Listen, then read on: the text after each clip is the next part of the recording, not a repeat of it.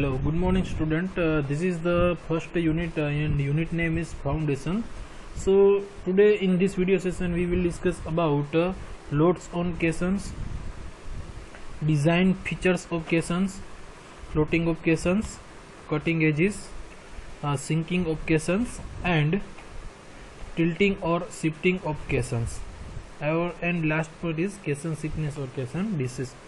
तो इस video lecture में हम केसन्स के बारे में देखेंगे कि भाई लोड्स ऑन केसन्स यानी कि केसन्स के ऊपर किस टाइप्स के लोड आते हैं। ओके, तो बात करें अगर हम लोड्स ऑन केसन्स की, तो केसन्स में the caissons are often required to carry horizontal और inclined loads in addition to the vertical loading.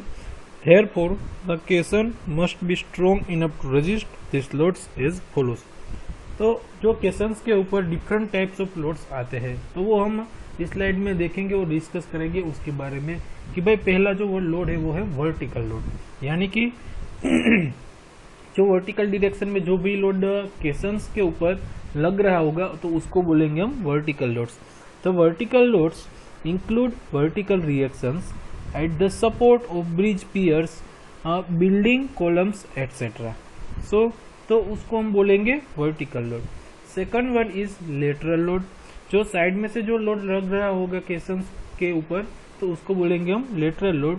The bridge piers have to carry lateral loading from wind forces on the superstructure and from the traction of vehicles using the bridge, from currents in the river and in some cases heavy pressure from floating debris और ice. The caissons in jetty structures may have to carry very heavy lateral loads from the impact of berthing ships. तो bridge piers के ऊपर जो भी lateral loading लग रहे होंगे due to wind forces on the superstructure, जो superstructure उसका होगा, तो ब्रिज में सुपरस्ट्रक्चर किसको बोलेंगे कि जो भी बेरिंग के ऊपर का जो लेवल है तो उसको बोलेंगे हम सुपरस्ट्रक्चर। तो उसमें जो लेटरल लोड लग रहा होगा तो क्या होगा कि भाई जो उसमें ट्रैक्शन ऑफ व्हीकल होगा, तो जो ट्रैक्शन ऑफ व्हीकल ब्रिज में जिसका यूज कर रहे हैं तो उसमें क्या होगा कि उससे रिवर पे एक करंट प्रोड्यूस होगा एंड जो हेवी प्रेशर है उसमें जो सम केस में हेवी प्रेशर भी जो फ्लोटिंग डेब्रिस यानी कि जो सब अमाउंट ऑफ जो पार्टिकल्स है वो क्या होगा कि पियर के ऊपर थोड़ा सा लेटरल डायरेक्शन में से वो थोड़ा सा प्रेशर लगे तो वो भी हम लेटरल लोड्स में कंसिडर कर सकते हैं। उसके बाद बात करें हम जेटी स्ट्रक्चर्स की, तो उसमें क्या आएगा कि जो जेटी स्ट्रक्चर्स है उसमें जो हेवी लेटरल लोड्स है वो ड्यू टू बर्थिंग शिप्स, जो वहाँ पे शिप बर्थ की जाती है तो उसके हिसाब से क्या होगा कि उसके जो वेव्स है उसके हिसाब से वहाँ पे लेटरल लोड लग सकता है। थर्ड पॉइंट है सिंकिंग लोड्स। तो सिंकिंग लोड्स में जनरली हम 4 टाइप्स ऑफ फोर्सेस कंसिडर करते हैं। First one is friction, second one is internal air pressure, third one is hogging and sagging stresses, and fourth one is water pressures. So in sinking loads, so the sinking loads includes the forces to which a caisson is subjected during sinking operations. Whenever we have to going for a sinking operation, at that time we have to some amount of sinking loads are produced in the structures. So in first one, friction, this forces depends on the friction of the type of soil, जो वहाँ पे किस types का soil होगा उस पे ये dependent रहता है। उसके बाद जो वहाँ पे जो लिमिटेड एक्सटेंट होगा केसन्स का तो उसका जो उसका ओन वेट होगा तो उसके हिसाब से भी क्या होगा कि उसके हिसाब से भी जो वहाँ से अर्थ है वो रिमूव होगा विद इन द केसन। जो केसन भी नहीं होगा तो भी क्या होगा कि वहाँ पे जो सोइल होगा तो उसके हिसाब से क्या होगा कि जब हम केसन को पेनिट्रेट कर रहे होंगे तो उस टाइम क्या होगा कि केसन का खुद का अपना लोड होगा, तो उस हिसाब से भी ये फ्रिक्शन है वो सिंकिंग लोड्स में हम कंसिडर करेंगे। ओके, दूसरा है internal air pressure. This force is to be taken into account in the caisson of pneumatic caisson only. Whenever we have to prefer pneumatic caisson, at that time internal air pressure is produced in the caisson and this force is taken in pneumatic caisson only. Third one is a hogging and sagging stresses. So the hogging and sagging stresses में क्या आएगा? So the forces wherever we developed in the early stages of sinking large rectangular caissons, at that time the excavation within the caisson should be carried out carefully to minimize the intensity of these stresses. तो hogging and sagging में क्या गया कि भाई जो उस पे early stages में जब हम सिंकिंग जो लार्ज रेक्टेंगुलर केसन है उसको हम जब सिंकिंग कर रहे होगा, ये प्रोसेस चल रहा होगा, तो उसके दौरान क्या होगा कि उसमें जो फोर्सेस डेवलप होगा अर्ली स्टेजेस में। एंड जो एक्सकेवेशन है वो केसन का, वो क्या होगा कि हम केयरफुली उसको कैरी आउट करेंगे और उसका जो इंटेंसिटी ऑफ स्ट्रेसेस है वो हम मिनिमाइज रखना चाहिए, रखेंगे। तो इस तरीके से होगिंग एंड सेगिंग स्ट्रेसेस जो प्रोड्यूस होते हैं उसको भी हम सिंकिंग लोड में कंसीडर कर सकते हैं। फोर्थ पॉइंट है वाटर प्रेशर। तो वाटर प्रेशर में क्या आएगा कि जो वाटर प्रेशर है, जो this force water pressures are encounter whenever we have to go for a specially, अब जब केसन है उसको हम फ्लोटिंग कर रहे होंगे, उसका फाइनल लोकेशन डीप वाटर में, at that time we have to prefer at that time we have to consider water pressures. Okay, so the loads on caissons में generally 3 types of load consider करते हैं, vertical loads, lateral loads and sinking load. और sinking loads में भी friction, internal air pressure, hogging and sagging stresses and water pressure. After that design features of caisson. तो design features of केसन्स के क्या है, तो जनरली तो डिजाइन फीचर्स है वो वेरियस टाइप्स का केसन्स में आता है। उसमें फर्स्ट वन है ओपन केसन and monoliths and second one is a pneumatic केसन। तो ओपन केसन में क्या आएगा कि ओपन केसन में जो हम बात करें ओपन केसन्स को डीप में तो जो हेवी थिक वॉल्स है उसको जो मैक्सिमम वेट है उसमें सिंकिंग होता है स्टीप ग्राउंड पे, तो जो उस वक्त हम ओपन केसन्स का यूज करते हैं। उसके बाद जो lightness of weight is desirable in the first stage of floating out the caisson, यानी कि क्या होगा कि जो उसका फर्स्ट स्टेज चल रहा होगा फ्लोटिंग केसन्स का, तो उसका जो वेट का लाइटनेस है वो भी हमको ध्यान में रखना पड़ेगा। बट क्या होगा कि उसका जो रिजिडिटी है वो इसेंशियल सेकंड स्टेज में sinking through the upper layer of soil, जो उसका सोइल का अपर लेयर है तो उसमें क्या होगा कि उसका सेकंड स्टेज है सिंकिंग का, तो वो भी हमको मायने में रखता है। And when the caisson is semi buoyant and may not have uniform bearing and when stresses due to sagging of the structure में बी क्रिटिकल। उसके बाद जब maximum height of skin plate की डिजायरेबल करते हैं तो उस दौरान क्या होगा कि जो सिंकिंग केसन है वाटर में हम सिंकिंग करा रहे होंगे तो उसके दौरान इसमें हाई टाइडल का रेंज आता है और उसमें क्या होता है कि भाई उसका जो एक्स्ट्रा हाइट ऑफ प्लेट्स है उसको भी हम मीन एक्सेसिव ड्रॉट से उसको टाइविंग टू साइड्स पे रख सकते हैं। और जो आइडियल शेप है इज ऑफ सिंकिंग का वो प्लान में सर्कुलर होना चाहिए और उसका जो मिनिमम सरफेस एरिया है वो स्किन फ्रिक्शन में बेस एरिया पे दिया गया होगा। और जो size and layout dredging wells का है वो भी टाइप ऑफ सोइल पे डिपेंडेंट रहता है। So for sinking through dense sands और firm to steep clays, the number and thickness of cross walls and the thickness of the outer walls should be kept to a minimum consistent with the need for weight to aid sinking and for rigidity against distortion. And control of vertically in large caisson is facilitated by the provision of a number of wells. तो उसमें जो control of verticality है large caissons का उसको भी हम facilitate करेंगे with the number of wells है। And to give control in 2 direction at right angles to one another, they should be disposed on both sides of the center lines. But for a narrow caisson, there may only be room for one row, and since sufficient width must be provided for a grave to work. उसके बाद heavy monoliths sunk through soft material onto but not into a firm or hard stratum need only have small wells, and cross walls need not extend to cutting edge level. जो cross walls होता है उसको एक cutting edge पे extend नहीं करना होता है, but it is stopped at a height of 8 metre above the cutting edge in a deep caisson. तो उसका जो स्टॉप होगा हाइट का 8 मीटर अबव से, तो उसका कटिंग एज है वो डीप केसन में हम ले सकते हैं। And thus reducing the end bearing resistance of the walls and enabling in excavating over the wall base area. It is not that the straight walls are preferable than the circular walls when sinking through steep clay. तो जब हम note चीज भी note करना चाहिए कि जो उसका स्ट्रेट वॉल से उसको हम प्रीफर करेंगे सर्कुलर वॉल से, और उसका जो सिंकिंग है सिंकिंग थ्रू स्टीप क्ले तो वो हम नोट करना चाहेंगे।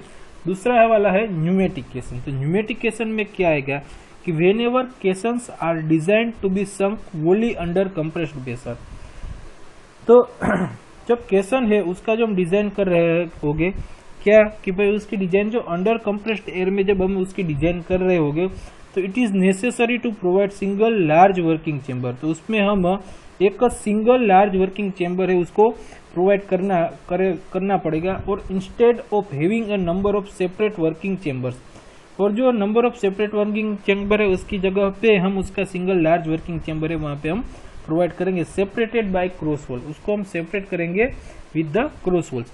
तो working chamber is usually 2.3 to 2.4 metre high.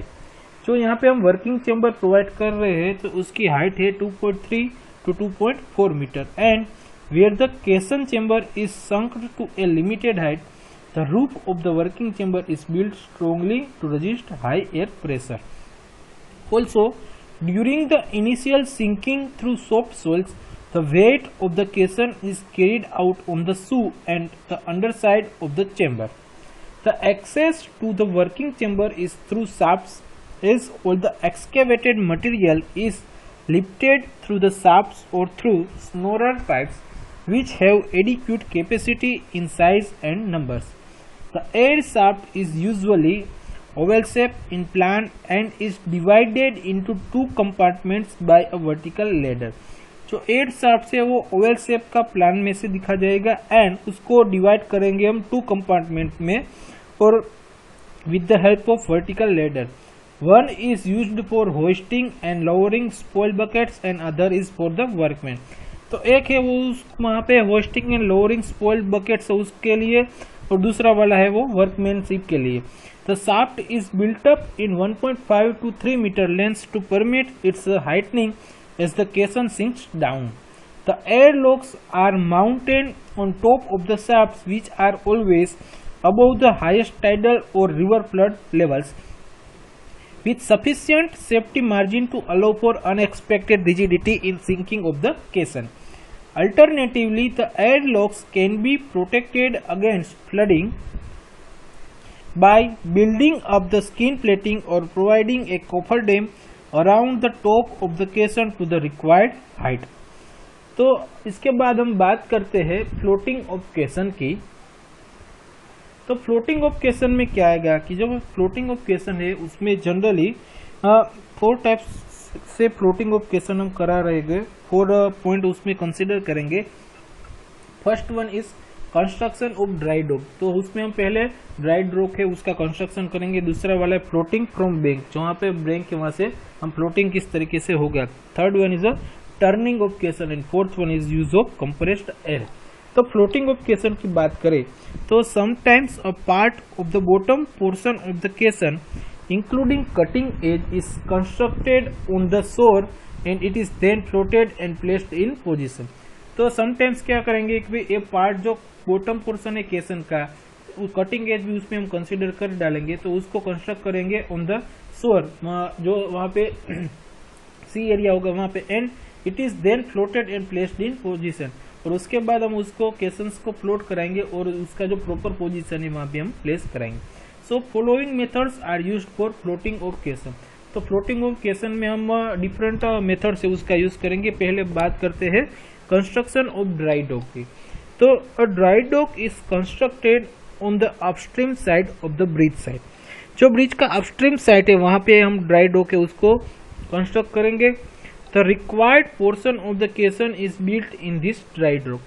तो जो required portion है caisson का वहाँ पे हम उसको build करेंगे dry dock में, and the dry dock is then flooded to float out the prepared portion of the caisson, and the caisson should be properly anchored when it is floating and landing. This is sometimes done by providing RCC precast blocks near the final position of the caisson. The blocks are dumped into the river and wrapped by cables or wires by divers. तो इस तरीके से हम construction of dry dock करेंगे। दूसरा है floating from bank. The caisson can be floated from the river bank in case of river bank with a steep slope. Girders projecting inside the river are supported on piles as shown in figure 1.45। तो क्या होगा कि उसका जो pile से पहले वो piles हम उसको जब ड्रिवन करा रहे होंगे तो उस पर एक गर्डर होगा, उस पर भी हम केसन आएगा और जो वहाँ पे वाटर सरफेस लेवल है वहाँ पे उससे भी अंडर साइड में हम पहले उसको रजिस्टर करेंगे। So the floating from banks की बात करें तो जो वहाँ पे उसका जो बैंक का एरिया होगा वहाँ पे क्या होगा कि the caisson can be floated from the river bank in case of river bank with a steep slope and girders projecting inside the river are supported on piles. The caisson is prepared on the shore and rolled by other end and then lowered into the river by suitable equipment. तो पहले हम केसन prepare करेंगे, उसके बाद जब girder वहाँ पे होगा तो उस पर केसन हम उसको मूव कराएंगे और जहाँ पे जो रिवर का जो लोअर इनटू द रिवर में जब हम प्लेस कराना हो तो वहाँ पे सूटेबल इक्विपमेंट की वजह से हम वहाँ पे फ्लोटिंग फ्रॉम बैंक से जो केसन उसको हम प्लेस करा डालेंगे। In case of river bank with a gentle slope slip way is prepared as shown here. The caisson is built on the shore and rolled on the spillway. जो caisson है उसको बिल्ड करेंगे shore पे and rolled on the slip way पे and when it reaches the end of slipway it start floating in the water. The caisson in both the cases is then suitably carried and placed in final position. तो तीसरा point है यहाँ पे turning of caisson. तो turning of केसन में क्या आएगा कि जो टर्निंग ऑफ केसन है is adopted when depth of water is high. Whenever we have to move forward on the depth of water तो क्या होगा कि जो वहाँ पे डेप्थ ऑफ वाटर जब हाई होगा and the caisson is launch upside down. जो केसन है उसको अपसाइड डाउन में हम लॉन्च करेंगे। सो इल्यूस्ट्रेटिव एग्जांपल की बात करें तो वहाँ पे कटिंग एज है वो अपवर्ड में तो उसका टॉप है वो बॉटम में आएगा and portion on one side is kept slightly higher than the remaining one. तो उसका जो दूसरा वाला होगा तो उसके हिसाब से जो ये उसका स्लाइटली हायर यानी कि जो उसका ये पोर्शन होगा तो उसको हम उस कंपेयर टू अदर केसन्स उसका ये हम लेवल है वो हायर साइड में रखेंगे। Sand is use to maintain symmetry during launching. तो जहाँ पे सैंड का यूज करेगा तो वो क्या करेगा कि भाई उसका जो मेंटेन वो सिमेट्री ड्यूरिंग लॉन्चिंग में क्या होगा कि उसका सिमेट्री रखेंगे and stone ballast and water are then added to cause tilting of the caisson. When complete turning occurs the caisson starts floating in the water and stone ballast falls out the caisson। और जो stone ballast है उसको हम false out केसन में कर डालेंगे। चौथा है use of compressed air. The completed portion of caisson is provided with a steel dome and the compressed air is applied through it. तो कंप्रेस्ड एयर का हम किस तरीके से यूज करेंगे तो कंप्लीटेड पोर्शन जो केसन का कंप्लीटेड पोर्शन है उसको प्रोवाइड करेंगे स्टील डोम में एंड उसका जो कंप्रेस्ड एयर है वो है अप्लाइड थ्रू इट में हम अप्लाइड करेंगे। The compressed air keeps out water and facilitates floating of caisson. When the caisson settles down at its proper position the steel dome is remove. तो जो compressed air वो उसको हम water में से आउट कर डालेंगे एंड फैसिलिटेट उसका फ्लोटिंग ऑफ केसन में face and when the caisson settles down at its proper position. और जहाँ पे जो केसन है वो सेटल डाउन प्रॉपर पोजीशन में करेगा तो स्टील डोम है उसको पहले हम रिमूव कर डालेंगे। तो इस तरीके से फ्लोटिंग ऑफ केसन है उसमें कंस्ट्रक्शन ऑफ ड्राई डॉक का यूज कर रहे हैं, दूसरा फ्लोटिंग फ्रॉम बैंक का यूज करेंगे, third one is turning of caissons का यूज करेंगे, फोर्थ है वो है यूज ऑफ कंप्रेस्ड एयर। इसके बाद बात करते हैं हम कटिंग एजेस की। तो कटिंग एज में क्या आएगा कटिंग एज में जो लोएस्ट पार्ट केसन का है उसको हम बोलते हैं कटिंग एज एंड जो उसका सिंकिंग ऑफ केसन जब करा रहेगा तो उसको इजीली हो सके इसलिए हम कटिंग एज है वो प्रोवाइड करते हैं। तो कटिंग एज की जनरली प्रॉपर्टी क्या है तो कटिंग एज की प्रॉपर्टी है जो उसका एंगल है वो शार्प होना चाहिए और निपिंग इनटू द जो सोइल है उसमें रजिस्ट इजीली हो सके। तो इस पर एंगल वो उसका जो वर्टिकल है वो 30 डिग्री और उसका slope vertical angle to the vertical of 30 degree और slope of 1 horizontal to 2 horizontal वहाँ पे हम प्रैक्टिस में रखेंगे उसका यूज करेंगे। दूसरा जब कंक्रीट केसन है तो उसका लोअर पोर्शन है वो कटिंग एजिस में रेप्ट हो सके तो 12 mm स्टील प्लेट का हम यूज करेंगे एंड उसका क्या होगा कि which are anchor to the concrete by means of steel strap. Third one in case of pneumatic caissons a sharp vertical edge is provided along the outside face of the caisson to facilitate the rate of sinking and prevents air leakage. Fourth one, it should be capable of preventing sudden sinking of the caisson when a soft stratum is met with. तो preventing sudden sinking of the caisson होगा, तो जो उसमें क्या होगा कि उसका जो सॉफ्ट स्ट्रेटम है उसको इजीली से वो मीट हो सके, इसलिए। Fifth one, if water jet is to be used for sinking method, sinking purpose, जब हम वाटर जेट का यूज कर रहे होंगे सिंकिंग पर्पस, तो वहाँ पे क्या होगा कि जो उसमें नोजल है वो एकोमोडेट होना चाहिए in the cutting edge and to reduce skin friction, skin friction को रिड्यूस करने के लिए वहाँ पे जो नोजल लगे उसके कटिंग एज। और टाइप्स की बात करें तो cutting edges with sharp ends and cutting edges with burned ends.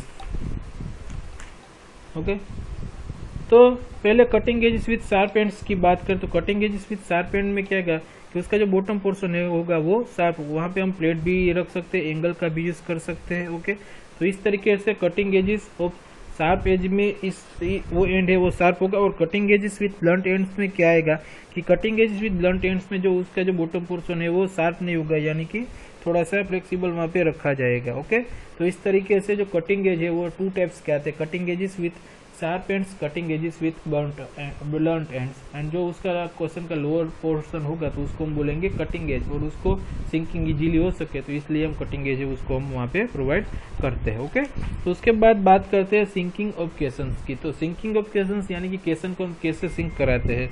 तो केसन जो वेरियस मेथड से वहाँ पे फैसिलिटेड सिंकिंग ऑफ केसन्स में जनरली 4 मेथड है, air and water jets, second one है वो ब्लास्टिंग है, थर्ड वन है वो लोडिंग है, एंड फोर्थ वन है वो है सेंड आइसलैंड। ओके, तो एयर एंड वाटर जेट्स की बात करें तो क्या होगा कि जो एयर एंड वाटर जेट्स है उसमें जेट्स है वो प्रोवाइड करेंगे कटिंग एज के नियर, एंड उसका जो एज लेवल है वो रिड्यूस भी हो जाएगा स्क्रीन फ्रिक्शन से। सो जो उसमें जेट है वो बॉडी में इम्बोडिड होगा, एंड केसन बॉडी ऑफ द केसन यानी कि केसन की बॉडी में जेट है वो इम्बोडिड होगा, एंड उसका जो ऑपरेटेड कराएंगे वो इंडिपेंडेंटली बाय डाइवर्स और अदर वर्कमैन से इंडिपेंडेंटली ऑपरेटेड कराएंगे।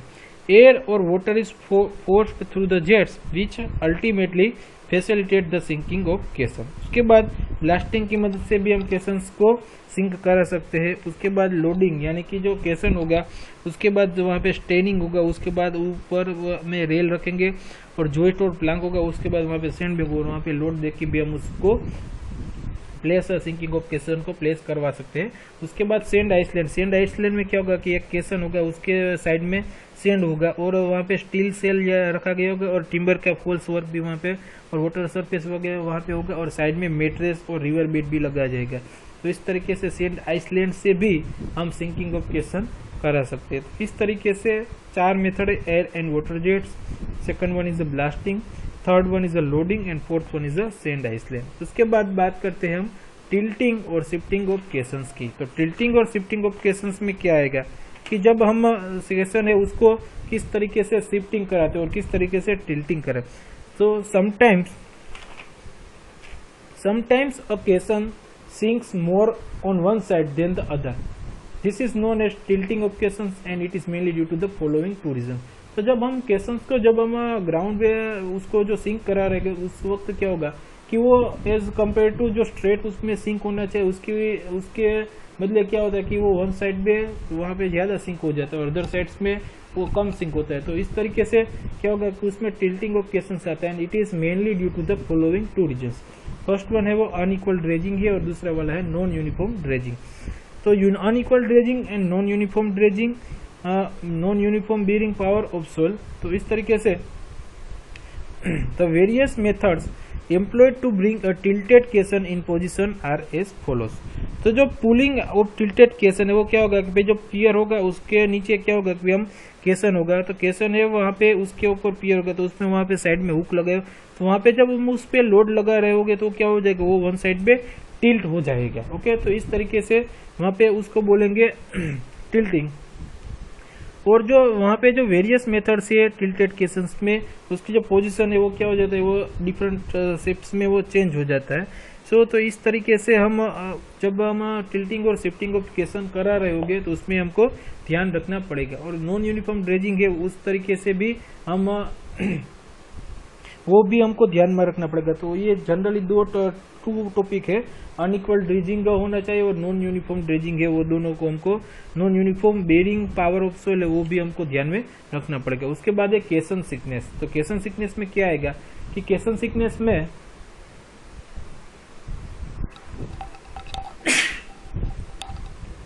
केसन सिकनेस में क्या होगा कि जो केसन डिसीज है तो पहले हमको वो ध्यान में रखना पड़ेगा। तो when the workers return to the atmosphere,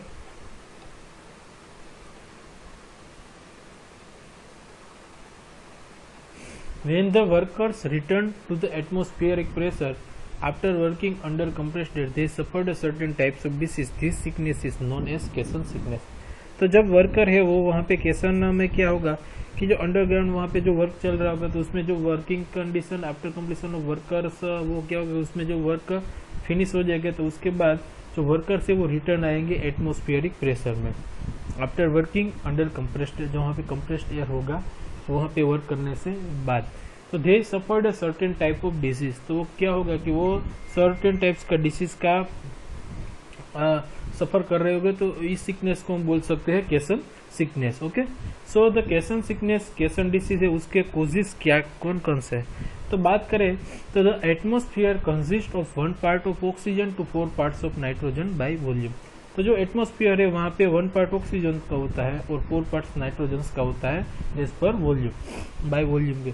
और now when a person is subjected to compressed air, अगर हम पर्सन की बात करें विद द कंप्रेस्ड एयर, तो nitrogen is also absorbed along with oxygen by the tissue fluids of the person and the oxygen is dissolved in blood, और जो oxygen है वो ब्लड में डिसोल्व होगा। तो while the nitrogen remains in suspension as it is not soluble in blood, तो उसमें blood में क्या होगा कि जो नाइट्रोजन है वो सस्पेंशन उसमें जो रह जाएगा और वहाँ पे सोल्यूबल ब्लड में नहीं होगा। So when the pressure of air is reduced, तो जो प्रेशर ऑफ एयर रिड्यूस होगा तो द नाइट्रोजन क्या होगा कि वो will form bubbles within the tissue fluids. तो टिश्यू फ्लूइड्स में जो नाइट्रोजन है वो बबल्स प्रोड्यूस करेगा and this bubbles are blocked in joints, और ये जो बबल्स वहाँ पे जो क्रिएट होते हैं वो ब्लॉक करेंगे जॉइंट्स में एंड कोज बेंड्स और वायलेंट पेन्स इन जॉइंट्स। तो जो जॉइंट्स होता है उसमें ये बेंड्स का भी कारण हो सकता है और वायलेंट पेन्स भी वहाँ पे हो जाता है। If they are developed in spinal cord और heart it will result in paralysis और डेथ रिस्पेक्टिवली। जो ये डेवलप होता है वो स्पाइनल कॉर्ड और हार्ट में जो ये जमा होता है और ये डेवलप होता है तो इट्स में बिकम रिजल्ट इन पैरालिसिस और डेथ भी हो सकती है। सो द केसन सिकनेस में उसमें हम प्रिकॉशंस की बात करें तो कौन कौन से, तो शिफ्ट एंड वर्किंग पीरियड का उसमें ध्यान रखना चाहिए। दूसरा इंटरवल बिटवीन वर्किंग पीरियड, तो जहाँ भी हम वर्किंग चल रहा होता है उसमें इंटरवल भी होना चाहिए। थर्ड है वो temperature in the working chamber. Fourth one is physical examination of workers. Fifth one rate of compression and decompression. Sixth one is main locks. Seventh one passages at air compressing plant. 9th one is recompression और medical chamber. 10 notice of work and 11th is miscarriages. तो यहाँ पे हम केसन का जो syllabus है इसको हम ओवर करते हैं और इसी के साथ भी ये वीडियो है यहाँ पे ओवर करते हैं। Thank you.